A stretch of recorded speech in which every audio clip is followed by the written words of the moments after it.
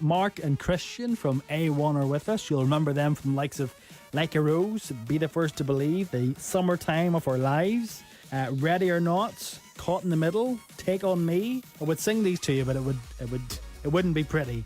Christian, we'll start with you. Whereabouts in the world are you?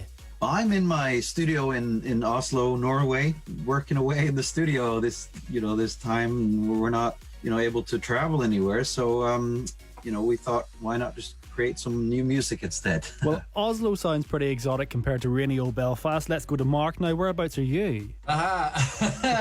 Somewhere slightly less glamorous than both Belfast and Oslo. I am on the south coast in the UK. I am just down the road from Portsmouth. Let's talk first of all, just briefly. Mark, we'll start with you. 2020, it has been a really tough year for many of us. How have you coped? Being a producer who works from home, lockdown is not drastically different from how it would normally be because we spend so much time working in the studio. But obviously it's very different with respects to not getting out there and performing live. But I think there's been a real kind of creative boom during 2020 for a lot of artists because born out of the frustration of not being able to do what we do for a living, you just have to find ways to get those creative juices flowing. So I think it's actually been a really good year creatively. Yeah, just in no other way. That's the only way. Christian, tell me, just going back to the very beginning, first of all, A1, where did the name come from? Are you guys just a really big fan of a variety of different roads across the UK, or is there a reason behind it? Well, we had a long process of trying to, find a name, and we were, I guess, arguing a bit, and we couldn't agree on any names. And then one day our management just called in a meeting, and a meeting to talk about the band name. And so there was like a big white board, one of those where you can, like big sheets of white paper that you can, pull over the top, and it was just a blank sheet of paper. And they said, well, what do you think about this? And we're looking, it's just a blank sheet of paper. Oh no, it's the size of the paper. It's A1, the size. And we're like, what?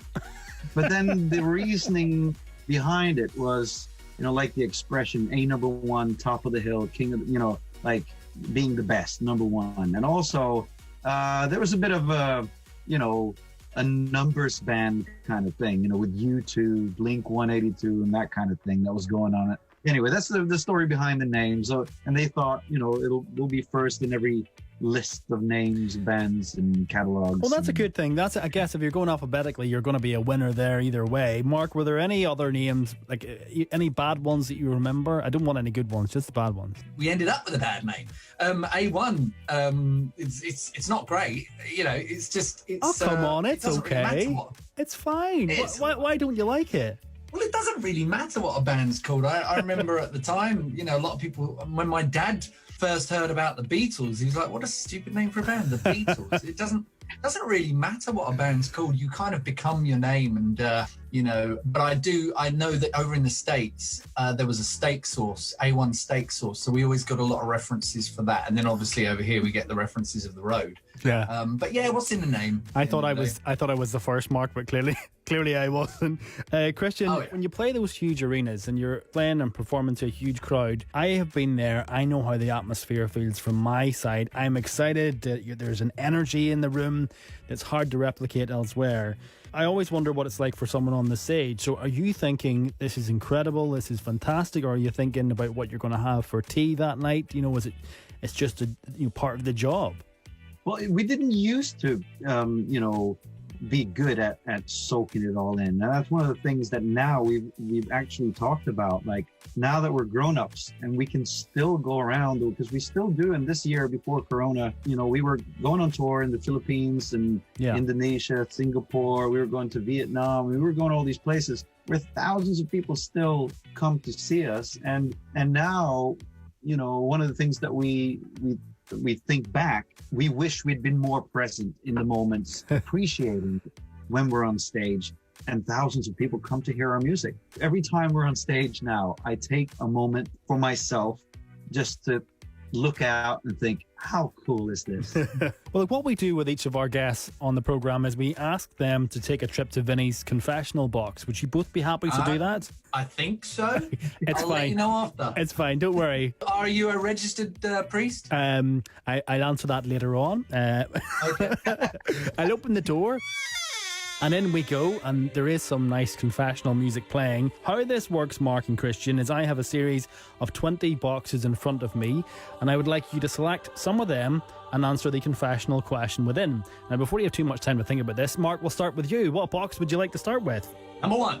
Number 1. Who was on your wall as a child? So what poster did you have up on your walls?